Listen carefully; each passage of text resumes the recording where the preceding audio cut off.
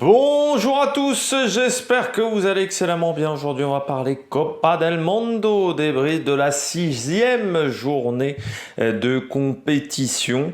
Journée où on avait 3 matchs au programme. On avait les deux dernières équipes qui ne s'étaient pas encore affrontées dans cette Coupe du Monde, la Colombie et le Japon. Et puis, les deux matchs du groupe A, les deux deuxièmes matchs du groupe A, c'est-à-dire Nouvelle-Zélande, Philippines et Suisse, Norvège. Donc, on va parler un peu plus de ce groupe A, surtout que, encore une fois, comme je l'avais dit précédemment, le match étant à 4h du matin, je n'ai pas vu Japon-Colombie, j'ai juste vu un résumé.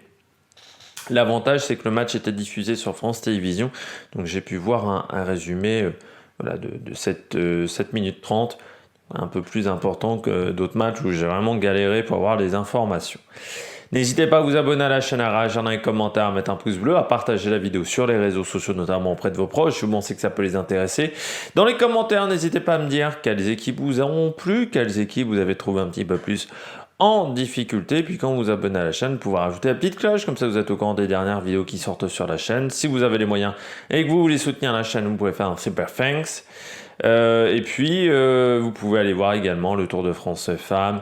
Il va y avoir, j'espère cette semaine, le débrief du Grand Prix de Hongrie. Sinon, ça sera un débrief commun avec le Grand Prix de Belgique. Puis, on commence tout de suite avec cette vidéo. On commence par le premier match c'était pas le Japon en plus, c'était la Corée du Sud, pardon, et la Colombie, parce que le Japon n'est pas dans ce groupe-là. La victoire de la Colombie, 2-0, deux équipes qui se retrouvent dans le groupe de l'Allemagne. Donc c'était des matchs importants en huitième de finale pour savoir contre qui on pourrait potentiellement avoir un huitième de finale si on finit en tête de notre groupe, ce qui est encore loin d'être assuré. Du côté de ce match, donc deux buts, Ousme et Caicedo en fin de première, dans le dernier quart d'heure de la première mi-temps. En fait, cette équipe de Corée du Sud qui a vraiment bien tenu sur les 15-20 premières minutes. Et ensuite, il y avait vraiment eu un trou noir après le penalty. Une main dans la surface, main qui était décollée du long du corps. Donc forcément penalty, et les Coréennes sont sorties de leur rencontre à ce moment-là et elles ont mis quand même beaucoup de minutes avant de revenir dans le match, mais c'est un résultat mérité pour la Colombie qui a montré plus de jeu, 17 tirs contre 5 seulement pour la Corée du Sud, alors 5 tirs cadrés contre 3 pour la Corée du Sud, même si les Colombiennes ont eu un petit peu de mal dans le dernier quart d'heure, selon les personnes qui ont regardé le match. Donc ça a été plutôt intéressant. 58% de possession contre 42, la Colombie qui pourrait faire partie des équipes intéressantes pour finir deuxième du groupe, parce que de ce qu'on a vu, j'ai l'impression quand même que c'est un peu mieux que le Maroc. La Corée du Sud me semble en dessous pour le moment dans cette compétition, et je pense que la Colombie peut prendre la deuxième place du groupe. Un jeu intéressant du côté des Colombiennes, c'est un jeu qui est plutôt physique, elles ne font pas dans le détail au niveau des duels, mais il y a des joueuses intéressantes. Je pense que devant Ramirez par exemple, de ce que j'ai vu, c'était vraiment bien. Pareil pour Caicedo. Donc voilà, ils ont un jeu offensif qui est intéressant. Faudra voir face à une équipe d'un meilleur niveau, parce que j'ai l'impression que la Corée du Sud n'a pas progressé en 4 ans. Je rappelle que c'est une équipe qu'on avait battue 4-1 en match d'ouverture lors de la dernière Coupe du Monde. Voilà, je sais pas grand chose d'autre à dire sur cette rencontre. Encore une fois, je n'ai vu que des résumés de ce match. On passe aux deux matchs du groupe A. Le premier match, c'était Nouvelle-Zélande-Philippines. Match compliqué pour la Nouvelle-Zélande. Je ne m'attendais pas à un match comme ça de la part de la Nouvelle-Zélande, qui avait presque fait le plus dur en gagnant face à la Norvège. Eh bien non, vu qu'elles ont perdu face aux Philippines. But de Sarina Bolden à la 24e minute, d'un match qui s'est déroulé comme Suisse-Norvège dans des conditions climatiques alors un peu moins difficiles que Suisse-Norvège, mais la pelouse était quand même assez glissante. Suisse-Norvège, c'était une catastrophe au niveau des conditions climatiques qui flottaient énormément. Ça, c'est le problème d'avoir une compétition en plein hiver. Mais une Nouvelle-Zélande qui n'a pas montré grand-chose. Et puis avec une défense qui m'a semblé pas exceptionnelle et surtout la gardienne. Hein. Enfin, le but, il est évitable. Mais j'ai trouvé également qu'en défense, Bott était en difficulté dans cette défense néo-zélandaise. En fait, tout le côté droit de la Nouvelle-Zélande a eu du mal, que ce soit Riley, Bott, face notamment à l'équipe des Philippines. Heureusement, j'ai envie de dire que Guyot, de l'autre côté, du côté de la Nouvelle-Zélande, du côté des Philippines, n'en a pas profité. Mais je trouve que du côté de la Nouvelle-Zélande, c'était compliqué, avec pas mal aussi de soucis de précision dans le jeu. Et puis une Essonne Victoria Essonne, dont on avait déjà parlé lors du premier match, qui est vraiment pour moi le point faible de cette équipe. On regarde un petit peu ce que j'ai aimé du côté de ces deux formations. Du côté de la Nouvelle-Zélande, moi ce que j'ai bien aimé, c'est qu'elles arrivaient à récupérer pas mal de ballons, c'est-à-dire que les joueuses des Philippines ont été dangereuses que très rarement.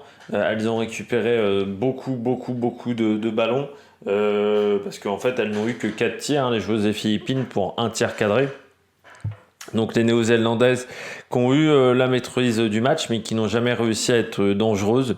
Ça a été le gros souci. Wilkinson, par exemple, a raté pas mal de frappes. Ça, c'est pas possible à ce niveau-là de compétition. Et en fait, des Néo-Zélandaises où j'ai eu l'impression que elles marqueraient jamais de but. Déjà parce que la gardienne des Philippines a fait un bon match, mais aussi parce que elles ont énormément raté le cadre. Malgré le fait qu'elles avaient la possession du ballon. Hein. Mais du côté de la Nouvelle-Zélande, je trouve que c'était très très compliqué dans le jeu. La défense était en panique. C'est-à-dire toute la fin de la première mi-temps, vraiment, c'est très compliqué pour les Néo-Zélandaises. À partir du moment où elles se prennent le but jusqu'à la mi-temps, j'ai trouvé les Néo-Zélandaises vraiment en difficulté, en panique.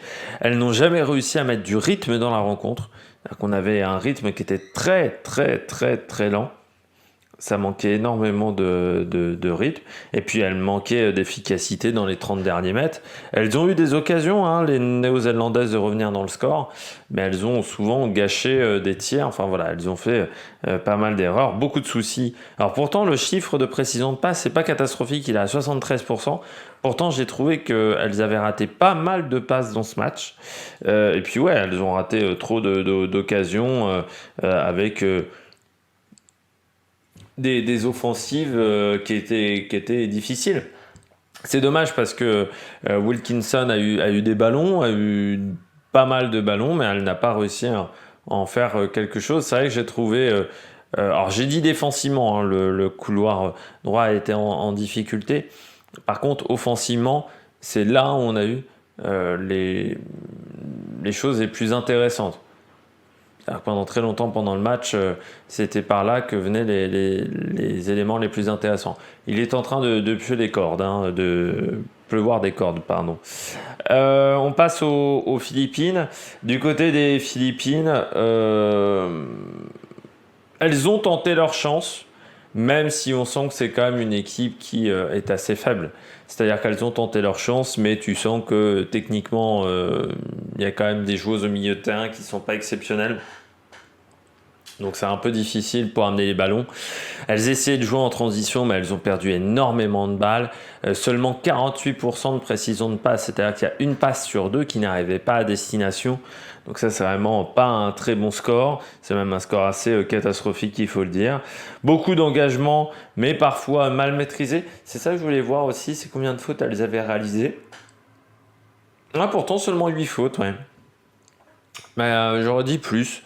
Il y a pas beaucoup il y a peu de matchs où on a eu beaucoup de fautes. Hein. On sent qu'on veut laisser le jeu se dérouler, mais beaucoup de fautes au niveau des passes. Mais elles se sont bagarrées. Ça, c'est ce que j'ai aimé. Elles se sont bagarrées. Elles ont tenté leur chance. Bon, après, tu vois que défensivement, pour moi, les Néo-Zélandaises, elles égalisent pas. C'est pas à cause de la défense des Philippines, c'est un peu à cause de la gardienne des Philippines, mais surtout parce qu'elles ont raté des grosses occasions dans cette rencontre. Mais c'était quand même un peu mieux que face à la Suisse, mais bon, juste un peu mieux que face à la Suisse. J'ai eu l'impression quand même dans cette rencontre que les Néo-Zélandaises ont cru qu'elles avaient fait le plus dur face à la Norvège et qu'il y a eu un gros moment de décompression à l'approche de ce match et qu'elles ont enfin, elles étaient pas trop dans leur match, quoi, les Néo-Zélandaises. J'ai l'impression qu'elles étaient déjà concentrées au match face à la Suisse. Elles ont eu un peu le syndrome du deuxième match de Coupe du Monde, où on a gagné son premier match, où on a fait plutôt belle impression, et puis derrière, on se laisse un peu vivre, et puis on oublie que il faut faire 2 bons matchs dans une phase de poule de Coupe du Monde, pas forcément 3, et ça a été le problème des Néo-Zélandaises. On passe aux joueuses du match. Pour moi, du côté de la Nouvelle-Zélande, j'ai mis India Paige Riley, donc qui était du côté droit. Certes, défensivement, pour moi, c'est quand même Bott qui était en grande difficulté, ce qui fait que Riley était obligé souvent de revenir l'aider. Mais surtout, je trouve qu'elle a offert des bons ballons à Wilkinson, qui par contre n'a pas su en faire grand-chose, et surtout, elle essayait d'apporter de la variété. C'est-à-dire pas seulement on fait un centre sur Wilkinson, elle a essayé les passes en profondeur, ce genre de choses. Bon, après, Wilkinson n'a pas vraiment réussi à convertir ses occasions. En flop, Victoria Essone. Le but, elle doit l'arrêter. C'est pas un tir très compliqué de la part de Bolden. Et c'est la première gardienne de ce tournoi que je trouve vraiment en grande difficulté avec la gardienne marocaine. Mais déjà sur le premier match, je l'avais mis en flop parce qu'elle avait été assez peu inquiétée sur le premier match avec la Norvège. Là, c'était dur, notamment au niveau du jeu au pied. Elle a un jeu au pied qui est catastrophique et elle a mis pas mal de fois son équipe en difficulté en relançant avec des passes. Parce que c'était vraiment pas bien, et sur le but, elle doit l'arrêter. Pour moi, c'est pas un tir si compliqué que ça que réalise Bolden. Du côté des Philippines, joueuse du match, Olivia Davis McDaniel, le nom complet, la gardienne. Contrairement à la néo-zélandaise, elle a fait un super match, McDaniel. C'est vraiment une super rencontre qu'elle a réussi à faire. Notamment en fin de match, elle sauve la patrie, comme je dis toujours, sur un tir de hand. Et de hand plutôt, on n'est pas en Allemagne, et elle a vraiment fait des bons arrêts au bon moment. Enfin voilà, elle était solide. Elle avait déjà fait un bon premier match, je l'avais pas mis en top sur le premier match, mais elle avait déjà fait un bon premier match. Là sur ce deuxième match, c'était très solide de la part de McDaniel. En flop, Catherine Aguillou, qui a un père français, en attaque. J'ai trouvé que Bolden était très intéressante. Elle était un peu plus timorée. Et puis quand elle avait le ballon, notamment quand elle a eu des occasions de tir, c'était pas dingue. Notamment sa puissance de frappe est pas exceptionnelle à Guillou. C'est vrai que par rapport à Bolden, ça faisait un peu tâche. Est-ce que c'est même un bon système de jeu d'avoir 2 attaquantes comme ça à peu près au même niveau? Est-ce qu'il ne faudrait pas qu'il y en ait une qui soit en relais plutôt de Bolden, qu'on ait plutôt Bolden en pointe et une Guillou qui soit plutôt en relais de Bolden? Ça, c'est une question qui pourrait se poser au niveau du système de jeu des joueuses des Philippines. Pardon, on passe au 3e match et dernier match de cette journée de compétition. C'était Suisse-Norvège. Suisse-Norvège, un match qui était important. Les Norvégiennes, si elles perdaient, elles se retrouvaient en difficulté. Et les Suissaises, si elles gagnaient, elles pouvaient déjà être qualifiées pour la suite de cette Coupe du Monde. Le problème, c'est qu'assez vite, les conditions climatiques se sont dégradées dans le stade. Et à des moments, pour tout vous dire, on voyait un brouillard sur les caméras. C'est-à-dire qu'il y avait vraiment un rideau d'eau devant les caméras. Et ça veut dire qu'il pleuvait énormément. Et ça a été très compliqué à gérer pour les joueuses qui avaient tendance à glisser énormément. Enfin voilà, elles étaient en grande difficulté, les joueuses norvégiennes et suisses. Et ça s'est senti notamment sur le jeu, qui n'était pas... on essayait de passer au sol, mais c'était pas toujours fantastique du côté de la Suisse. Bon, je commence à ce qui m'a plu du côté de la Suisse, ce qui m'a déçu du côté de la Suisse. Ce qui m'a déçu, c'est la précision. Alors pourtant, il y a 78% de précision de passe pour la Suisse. Mais j'ai trouvé que dans les 30 derniers mètres, il y avait beaucoup trop de pertes de balles sur des imprécisions. Beaucoup d'incompréhension aussi entre les joueuses sur les phases offensives. Ça a été un vrai problème du côté de la Suisse. C'est-à-dire qu'on avait l'impression que toutes les joueuses en attaque, que c'était pas organisé. C'est-à-dire que les attaques suisses n'étaient pas organisées. Je pense à Barman, à Pubel, à So, à Semorgorcevic, où c'était très compliqué l'entente entre toutes ces filles. On avait l'impression vraiment qu'il n'y en avait aucune qui arrivait à s'entendre les unes avec les autres. Ce qui fait qu'on avait des phases où à des moments il y avait des 1-2 qui n'étaient absolument pas assurées. Enfin, c'était un peu une catastrophe au niveau du jeu offensif, au niveau de la compréhension du jeu offensif, ce qui fait que ça a souvent donné lieu à des mauvais choix offensifs. C'est-à-dire les Suissesses auraient dû avoir beaucoup plus de tentatives de tir. Elles n'en ont que 8 pour un tir cadré. Alors en plus, elles n'ont pas été efficaces devant le but, mais elles auraient dû être tentées beaucoup plus de tirs, parce qu'elles étaient quand même un petit peu au-dessus, je trouve, dans le match, dans cette rencontre. Ce que j'ai bien aimé par contre, c'est la défense en profondeur. C'est-à-dire que l'équipe suisse n'a jamais été mise en difficulté par la défense en profondeur. Au niveau de la défense dans l'axe également, c'est-à-dire que les Norvégiennes n'arrivaient pas à passer le premier rideau dans l'axe. C'est pour ça qu'elles étaient toujours obligées de passer par les ailes et qu'on a eu un jeu très stéréotypé du côté de la Norvège où on passait par les ailes, centre, pendant quasiment toute la rencontre. Mais j'aurais aimé du côté de la Suisse vraiment plus d'assurance dans le dernier geste, plus de précision. Mais déjà face aux Philippines, elles avaient raté, je crois me rappeler, pas mal d'occasions dans ce match. Je crois avoir marqué ça à ce moment-là, qu'elles avaient fait pas mal d'erreurs. Donc ça aurait été bien d'améliorer les choses du côté des Philippines. Du côté de la Suisse dans ce match, parce qu'il y avait vraiment de quoi faire et beaucoup trop d'occasions ratées, tout simplement. Je poursuis avec la Norvège, ce qui m'a plu, ce qui m'a déçu. Alors, ce qui m'a déçu, c'est que souvent en défense, c'était quand même panique à bord. Dès que les Suissesses étaient un peu présentes, c'était un peu panique à bord, avec des filles qui ont quand même beaucoup de mal à se replacer rapidement. C'est-à-dire sur les jeux de transition, on a des grands gabarits, Hansen, Arviken, Biel 2, c'était compliqué. Par contre, en défense placée, c'est vrai que c'est un bloc qui est vraiment bien en place, mais sur les phases où il y avait un petit peu de profondeur dans la défense, c'était compliqué. Ce que j'ai aimé par contre, c'est la grande qualité des coups de pied arrêtés. C'est-à-dire qu'elles ont fait énormément de corners, énormément de coups francs. Tous ont été dangereux. C'est-à-dire que toutes ces situations-là ont été dangereuses. Également les centres ont tout le temps été dangereux pour leurs adversaires. Donc ça, c'était très très bien du côté de la Norvège. Le problème, c'est qu'il leur manquait un jeu de tête devant, tout simplement parce qu'on pensait normalement que du côté de la Norvège, il devait y avoir Anna Egerberg, et c'est pas trop ce qui s'est passé du côté de la joueuse norvégienne qui était sur la feuille de match, qui devait faire le match. Mais qui n'a pas participé à la rencontre. Donc, que s'est-il passé pour Egerberg à ce moment-là? Grande question.